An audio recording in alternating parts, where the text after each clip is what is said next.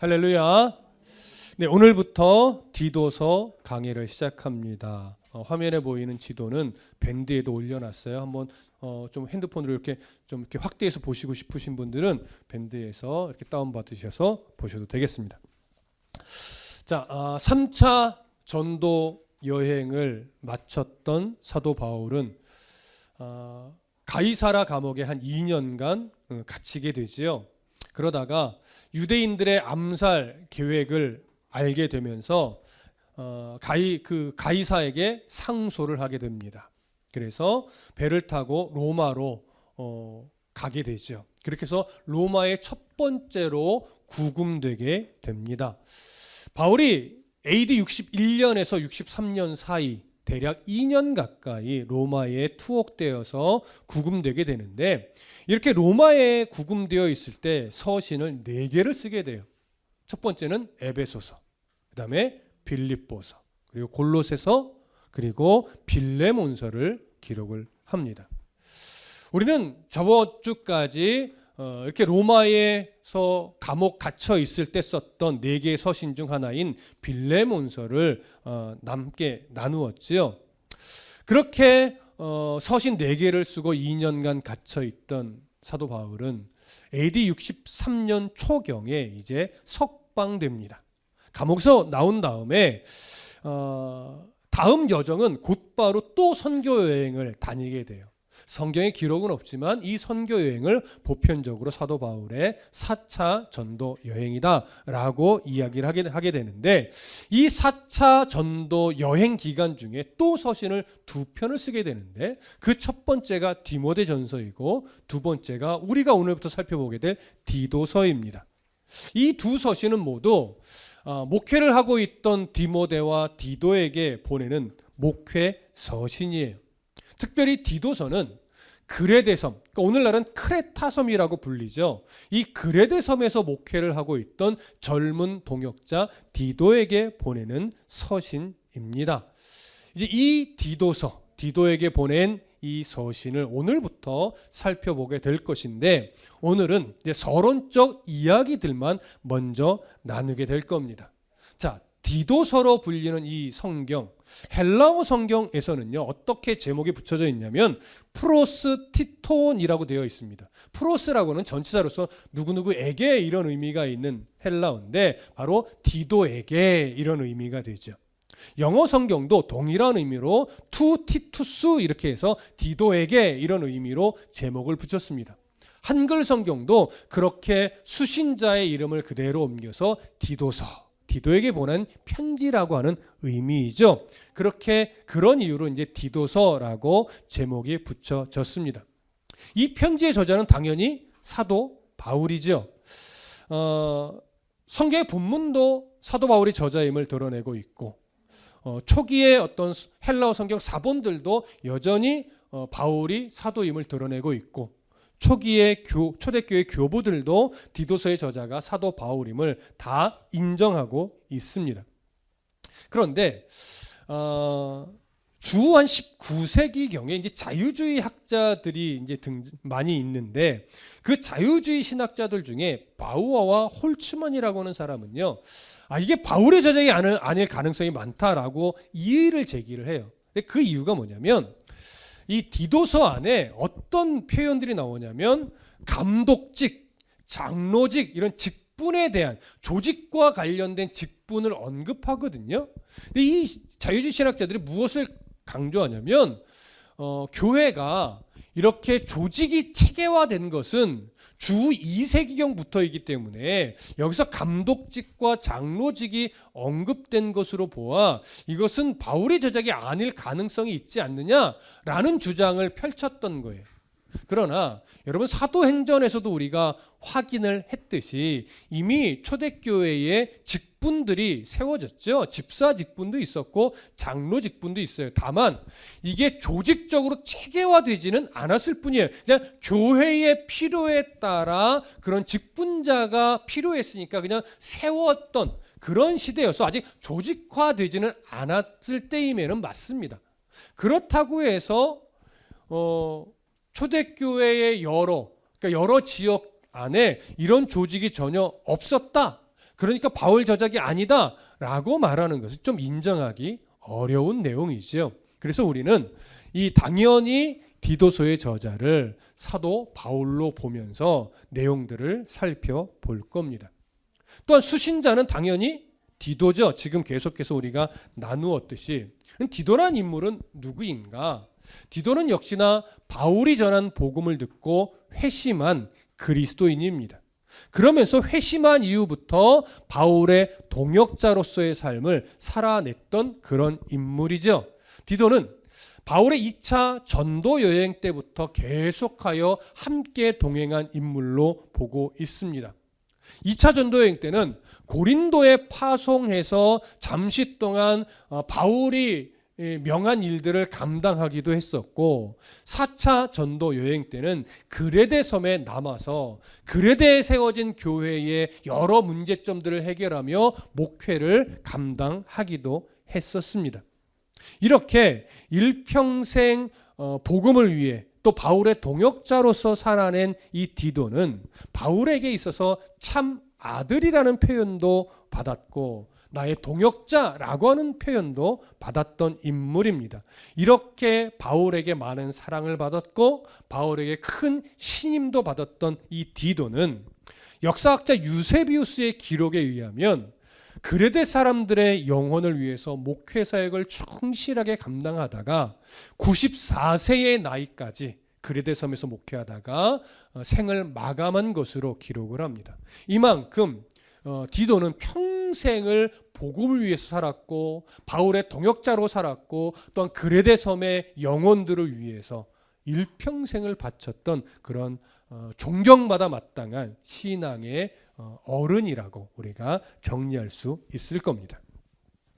이런 디도가 평생을 사역하며 열심을 냈던 그레데 섬, 어떤 섬인가 좀 잠시 정리하면 좋을 것 같아요. 지중해에 있는 섬인데 사실 굉장히 큰 섬 중에 하나로 들어갑니다. 그래서 길이가 257km, 폭이 56km에 해당하는 큰 섬으로서 지중해에 있는 섬들 중에는 네 번째로 큰 섬이라고 해요. 그래서 그레데 섬, 오늘날 크레타 섬인데 이 섬이 지중해 가운데 있으면서 그리스라고 하는 이 나라를 기준으로 본다면 동남쪽 해상에 위치해 있어요. 그리고 소아시아 지역의 에베소를 기준으로 본다면 바로 서남쪽에 이 섬이 위치해 있어요. 그리고 예루살렘, 팔레스타인의 예루살렘을 기준으로 본다면 북서쪽 바다에 있는 거예요.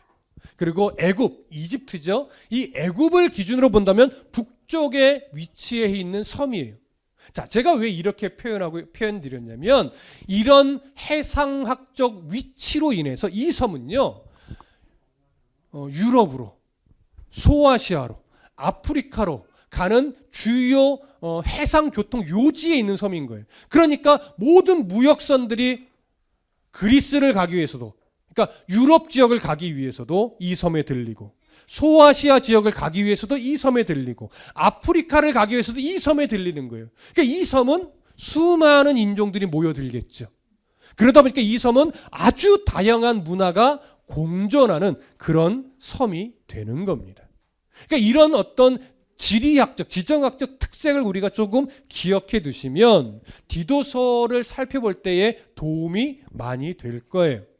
이런 디도, 이런 그레데 섬은요, 놀랍게도 높은 산도 많았고 비옥한 골짜기도 많았어요.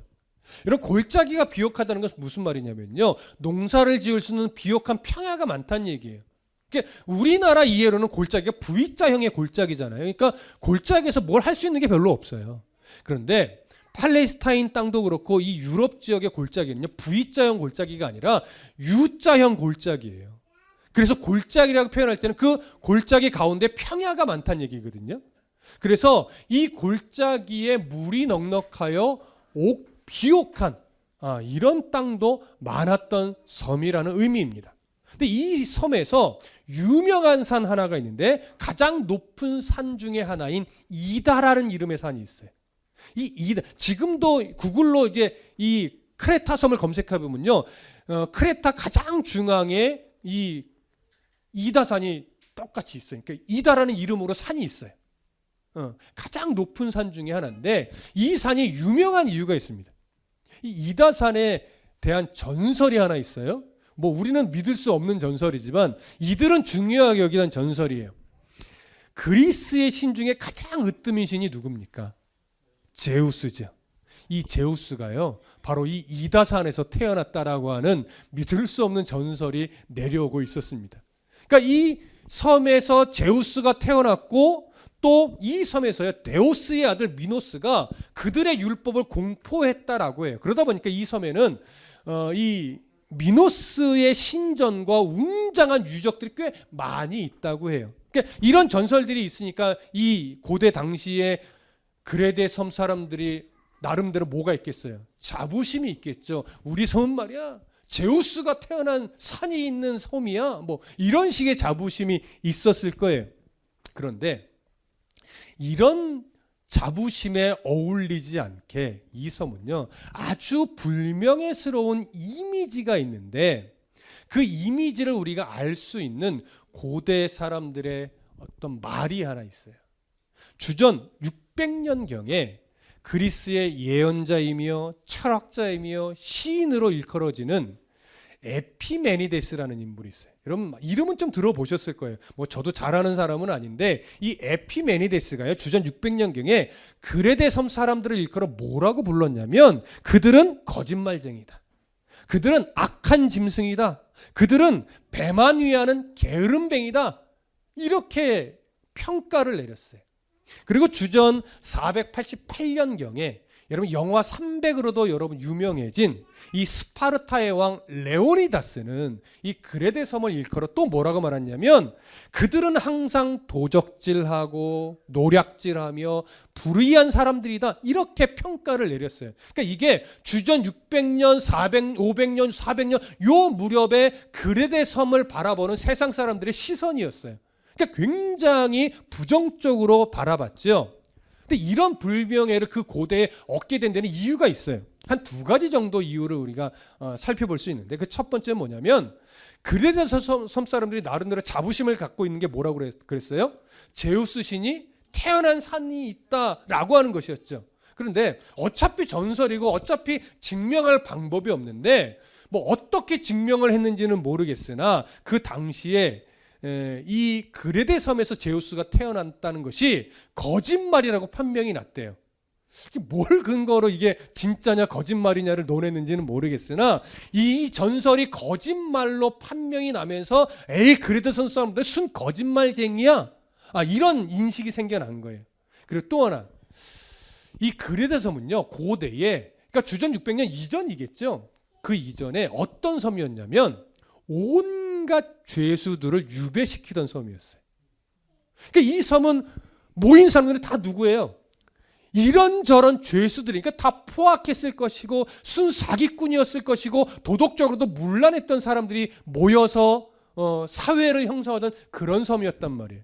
물론 시대를 거스르면서 이제 죄수들을 유배하지는 않았겠죠. 그러나 이런 사람들이 선조를 이루며 역사를 만들어냈던 섬이기 때문에 그 이후의 후대의 사람들의 성향 자체가요 대부분 다 포악하고 사기꾼 기질이 많고 도덕적으로 윤리적으로 문란한 이런 문화가 좀 가득해서 내려져 간 그런 섬인 거예요. 그러니까 이런 어떤 역사적인 그들의 문화와 배경들을 좀 이해해 두시면 이 디도서를 앞으로 살펴보는데 도움이 될 겁니다. 그러다 보니까 이제 이 디도 그레데 섬의 이 사람들에 대해서 보편적으로는 이미지가 좋지 않죠. 부정적인 시선이 많았어요. 자, 그러면 이런 그레데 섬에서 이제 목회를 하고 있는 디도에게 바울이 언제 편지를 써서 보낸 것인가? 사실은 단정하긴 좀 어려운 면이 있습니다. 왜냐하면 성경에 내가 언제 어디서 디도서 이 서신을 쓴 것이다라고 밝히지 않기 때문에 조금 어렵기는 하나 주후 63년 초경에 바울이 이제 로마 감옥에서 석방된 이후의 행적을 나름 좀 추적하면서 조사하여 정리해 보면 어느 정도 나와요. 그래서 바울이 썼던 목회 서신들에 언급된 내용들, 그리고 교회 역사가인 유세비우스의 바울에 대한 기록들, 그 다음에 여러 초대교회 교부들이 바울에 대해서 언급했던 기록들을 이제 학자들이 다 종합해서 정리를 한 책들이 있거든요. 이런 책들은 이제 제가 참고해서 이렇게 정리를 또 다시 했는데, 그러면 이제 어떻게 이 로마에서 석방된 이후에 여정이 되는가? 여러분 지도와 함께 이제 제 이야기를 잘 들어보십시오. 주 63년 초경에 바울이 이제 로마 감옥에서 석방이 됩니다. 로마 감옥에서 석방이 되면서 이제 가장 먼저 어디를 가냐면 이제 4차 전도여행의 시작이 바로 되는 건데, 자기가 정말 가고 싶었던 스페인으로 가요. 그래서 한 64년까지 한 1년 남짓 스페인을 방문한 것으로 여겨져요. 여러분 스페인은 사도행전에서는 뭐라고 불려요? 다시스라고 불렸죠. 아니죠. 서바나로 불렸죠. 요나서에서는 다시스로 불렸어요. 그 당시에 이 스페인에 대한 이미지는 뭐냐면 땅끝이라는 이미지를 갖고 있었어요. 그래서 예수님이 사마리아와 땅끝까지 이르러 복음을 전하라 할 때 이 예수님의 말씀을 들었던 사람들의 대부분은 땅끝은 어디를 말한다고 생각해요? 스페인을 말한다고 생각했던 거예요. 그러니까 우리나라는 땅끝까지 가자 하면 우리나라에서는 어디로 가요? 해남으로 가죠. 이런 식의 이해였던 거예요. 그래서 땅끝으로 가면 하나님의 시선을 피할 수 있겠지라고 착각을 하고 요나가 다시스, 스페인까지 도망가려고 했던 겁니다. 자, 이렇게 스페인으로 그렇게 가고 싶었던 곳을 로마 교회의 후원을 받아서 스페인을 갔다가 옵니다. 그렇게 한 1년 남짓 스페인에 갔다가 이제 주후 64년경쯤에 이제 다시 되돌아와서 어디를 가냐면 그레데 섬을 들리게 돼요. 그러니까 배 타고 가는 여정이었던 거죠. 이미 로마로 압송될 때, 3차 전도여행을 마치고 로마로 압송될 때 이 그레데 섬의 풍랑을 만나서 잠시 들리게 되잖아요. 그랬던 섬에 이제 그 섬에 다시 방문을 한 거예요. 자, 이 64년부터 65년 사이에 그레데 섬에 방문을 하게 되는데, 여기서 이제 전도도 하고 이미 세워진 교회 성도들도 만나서 교제를 나누게 돼요. 말씀도 가르쳤겠죠. 근데 말씀을 가르치며 교제를 하다 보니까 이 교회가 심각한 문제점들을 많이 안고 있구나, 이걸 알게 된 거예요. 여러분, 우리나라도요, 내륙 지방에 세워진 교회와 바닷가에 세워진 교회들을 이렇게 보면요, 약간 신앙의 색깔이 살짝 달라요. 제가 이제 바닷가 근처에서 이제 목회를 하고 있던 목사님들을 가끔 만날 때가 있었거든요. 근데 그분들 이야기를 들어보면 힘들어. 이분들은 바닷사람 기질이 있어가지고 이상하게 예수를 믿긴 믿는데 예전에 용왕신에게 제사를 드렸던 그런 어떤 미신적 이해를 교회 안으로 자꾸 가지고 들어와. 힘들어 죽겠어. 뭐 이런 말씀을 해요. 그러니까 뭔가 그 문화와 그 사회적 기질과 성향이 교회 안으로 살며시 치고 들어와서 기독교 신앙이지만 거기에 뭔가 좀 기독교적이지 않은 요소들을 많이 갖고 있는 거예요. 근데 이 그레데 섬이 딱 그랬던 거예요. 근데 그레데 섬이 역사적으로 어떤 기질을 갖고 있다고 말씀드렸어요? 범죄자들이 유배지다 보니까 사기꾼 기질, 포악한 기질, 도덕적으로 윤리적으로 문란한 기질들이 그대로 남아 있었던 거예요. 그러니까 사회의 문화 자체가 굉장히 혼탁해요.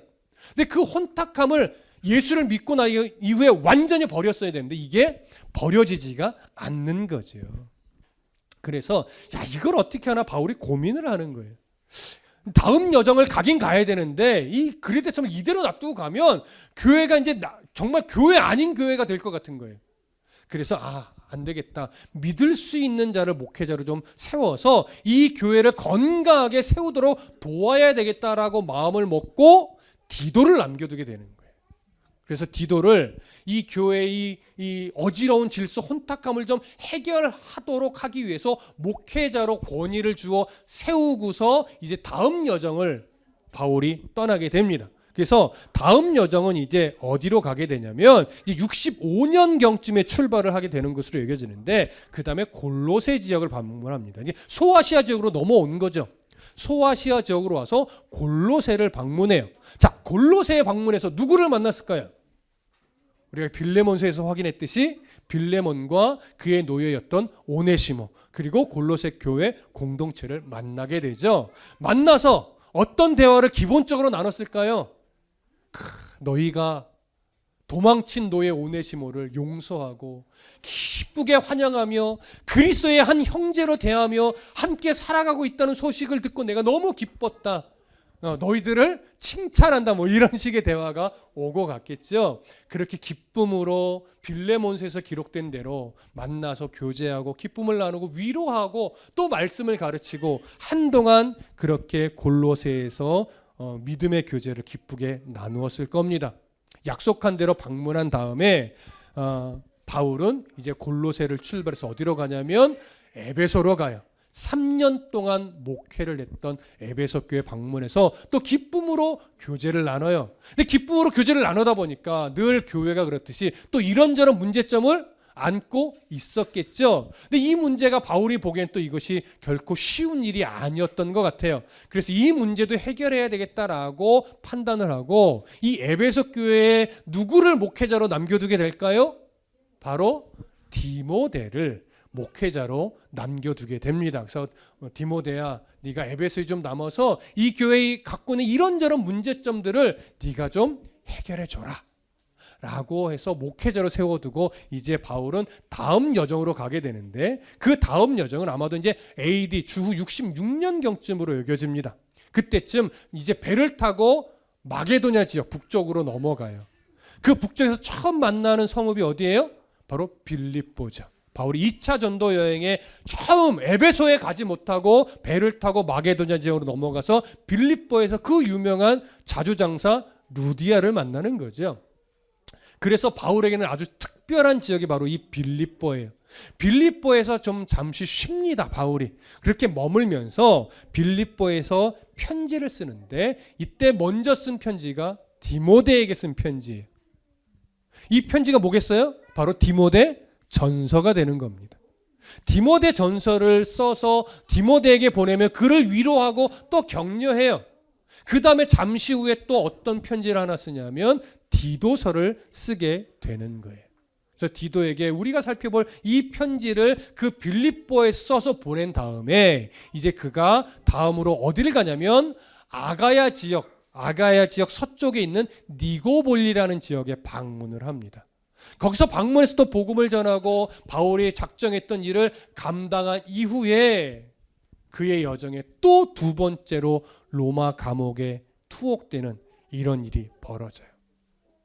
자, AD 66년에서 7년으로 넘어가는 그 어간쯤에 바울이 두 번째로 로마 감옥에 갇힌 다음에 바울은 거기서 내가 이제 죽겠구나 이걸 사실은 느꼈던 것 같아요. 그래서 편지를 하나 더 쓰는데 누구에게 쓰냐면 디모데에게 편지를 씁니다.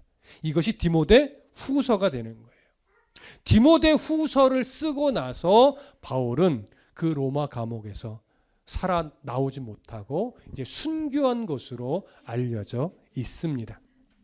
자, 이런 역사적 상황들을 다 고려해서 지금 나눈 이 내용들을 다시 정리해 보면 디도서는 바울의 4차 전도 여행 중에 AD 66년경쯤 마게도냐로 넘어가서 빌립보에서 잠시 교제하며 쉴 때에 디모데에게 편지를 쓴 다음 디도에게 편지를 쓴 것이라고 정리할 수 있습니다.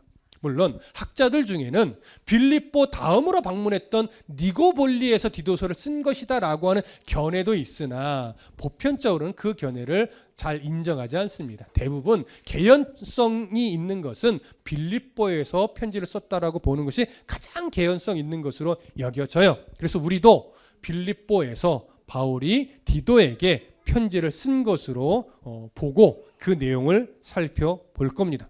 자, 그렇다면 바울이 왜 디도에게 편지를 쓴 것일까요? 이 부분까지는 우리가 좀 정리를 할 필요가 있겠죠?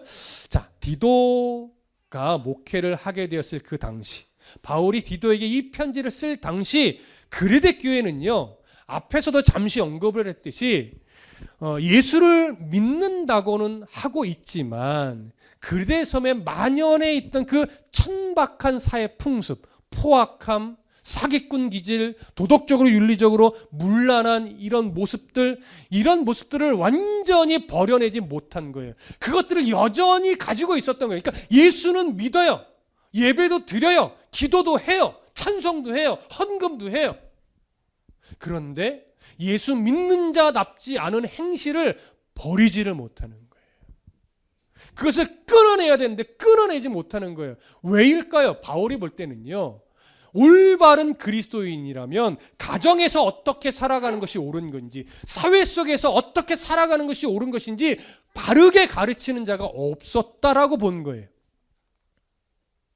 그렇기 때문에 그런 사회 속에서 그리스도 사람들이 기존에 가지고 있던 왜곡된 가치관들을 철저하게 끊어내고 성경에 말하는 그런 가치관으로 다시 배우고 훈련하여서 그들이 그 사회에 내려오던 습관들, 악한 문화들을 이제는 끊어내고 건강하고 올바른 가치관을 가지고 교회를 세우고 성도를 세워가도록 이 편지를 쓴 것이죠. 사실 이 편지가 올 때까지 디도가 얼마나 고군분투했을까요?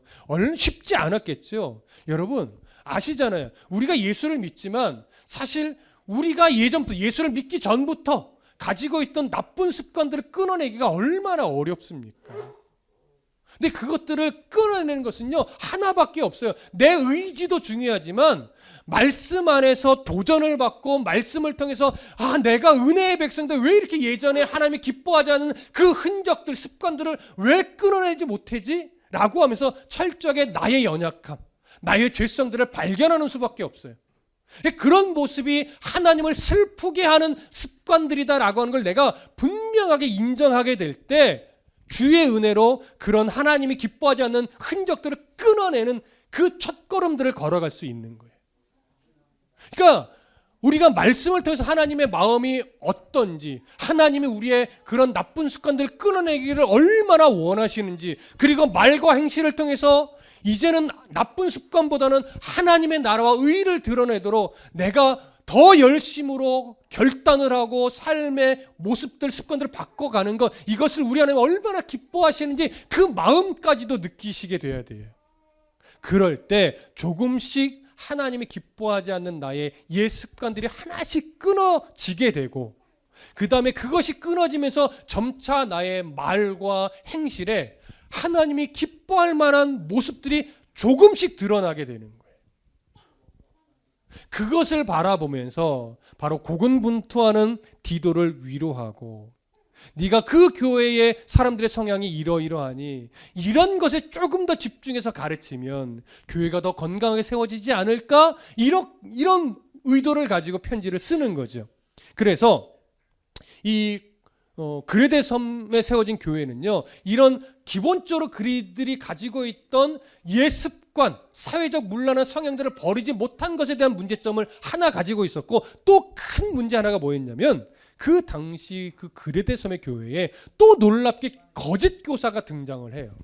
그래서 이 거짓 교사들이요, 은혜의 복음을 자꾸 왜곡시켜서 잘못된 구원관을 가르치게 된 거예요. 그래서 그런 잘못된 구원관을 바로잡아서 구원관이 흔들리지 않도록 하기 위해서 바울이 디도서를 쓰면서 그런 내용들을 기록을 한 겁니다.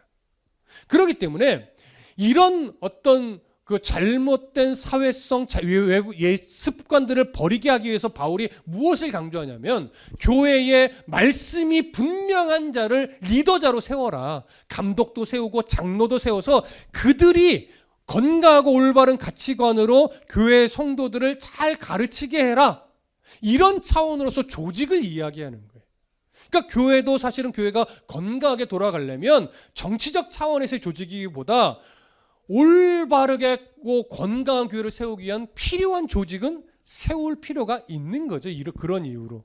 그렇게 해서 그들을 통해서 건강하고 올바른 성경적 가치관을 가리키니까 이제는 무슨 메시지가 자꾸 전달이 되냐면, 그리스도인이 가정에서 어떻게 생활해야 되는가, 그리고 그리스도인이 사회 속에서 어떤 기준을 가지고 살아가야 되는가, 그리고 도덕적으로 윤리적으로 어떤 기준으로 내가 살아내야 하는가, 이런 것들을 가르치게 하는 거예요. 그래서 그런 내용들이 사실은 디도서 안에 담겨 있어요.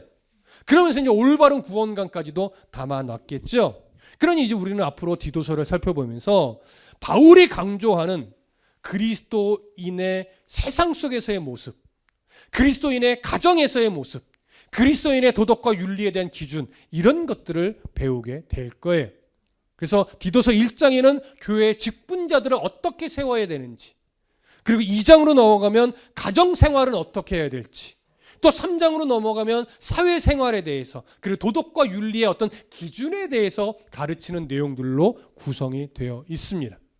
이제 다음 주부터 본문으로 들어가서 차근차근 살펴볼 건데, 여러분 이제 디도서를 통해서 내가 가정 안에서의 한 구성으로서 내가 어떻게 가정을 세워가야 될지, 또 어쩔 수 없이 우리는 세상 속에서 살아가는 그리스도인이란 말이에요. 그 세상 속에서, 사회 속에서 그리스도인으로서 어떤 기준으로 살아가야 될지를 여러분 기대하는 마음으로 함께 나누시면서 가정에서든 사회에서든 또 도덕과 윤리의 어떤 가치 기준에서든 더 그리스도인다운 삶의 중심과 가치 기준을 잘 배워서 조금은 이전과 다르게 변화된 성도, 하나님이 기뻐하시지 않을 만한 옛 습관들을 하나씩 끊어내면서 하나님이 기뻐하는 흔적들을 만들어내는 성도의 삶이 되어주시기를 간절히 소망하고 축복합니다. 기도하겠습니다.